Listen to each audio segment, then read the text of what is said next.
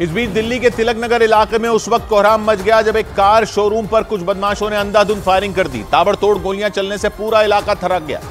यह घटना एक रोज पहले शाम करीब 7 बजे की बताई गई। उसकी वजह से उस इलाके में रहने वाले लोग खौफ से भर गए, क्योंकि दावा किया गया कि उन बदमाशों ने उस कार शोरूम पर 1-2 नहीं बल्कि 20 से ज्यादा गोलियां दागी। लोगों को दहशत से भर देने वाली इस घटना का जो वीडियो सामने आया, उसमें 2 बदमाश कार शोरूम पर बेखौफ अंदाज में दनादन गोलियां चलाते नजर आए।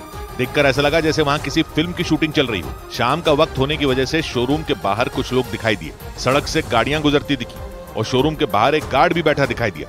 लेकिन इसके बावजूद वो दोनों बदमाश बिना डरे शोरूम पर फायरिंग करते रहे। उनके अंदर ना तो पकड़े जाने का डर दिखा, ना ही वो भागने की हड़बड़ाहट में नजर आए। पुलिस ने दावा किया कि इस घटना में 3 बदमाश शामिल थे और वो तीनों एक ही बाइक पर सवार होकर वहां पहुंचे थे। लेकिन 2 बदमाशों ने ही शोरूम पर फायरिंग की थी। हमले से पहले का जो वीडियो सामने आया, उसमें एक बदमाश गले में सफेद रंग का गमछा डाले कार शोरूम के बाहर पहुंचा। वो गार्ड से बात करता हुआ आगे पहुंच गया। तभी पीछे से उसका एक साथी भी पहुंचा और फिर दोनों शोरूम के अंदर चले गए। लेकिन कुछ ही मिनटों के बाद वो दोनों बदमाश शोरूम पर ताबड़तोड़ फायरिंग करते हुए बाहर आ गए। बाहर आने के बाद भी उन दोनों ने शोरूम पर और हवा में कई गोलियां चलाई और उसकी वजह से उस पूरे इलाके में सनसनी मच गई। जानकारी के मुताबिक बदमाशों ने कार शोरूम के मालिक से 5 करोड़ रुपए की डिमांड की। खौफ पैदा करने के लिए उन बदमाशों ने वहां गोलियां चलाई और फिर बड़े आराम से फरार हो गए। बताया गया कि जिस वक्त बदमाशों ने शोरूम पर फायरिंग की, उस वक्त वहां कई लोग मौजूद थे और इसीलिए जब गोलियां चलनी शुरू हुई तो वहां अफरा तफरी मच गई। बदमाशों की गोलियों से बचने के लिए कई लोग जान बचाने के लिए इधर उधर भागते दिखे। जानकारी के मुताबिक दोनों बदमाशों ने गोलियां चलाने से पहले शोरूम के एक कर्मचारी को एक पर्ची दी।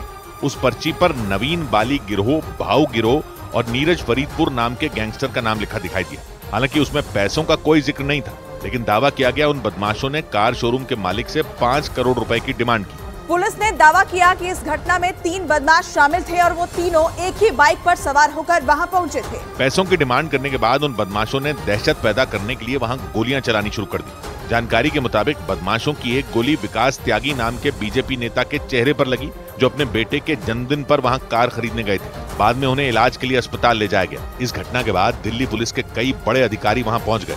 घटना वाली जगह से पुलिस को गोलियों के कई खोखे भी मिले। पुलिस के सूत्र बताते हैं कि तिहाड़ जेल में बंद नीरज बवाना और हिमांशु भाऊ नाम के गैंगस्टरों के इशारे पर पैसों की उगाही के लिए कार शोरूम पर गोलियां चलाई गईं।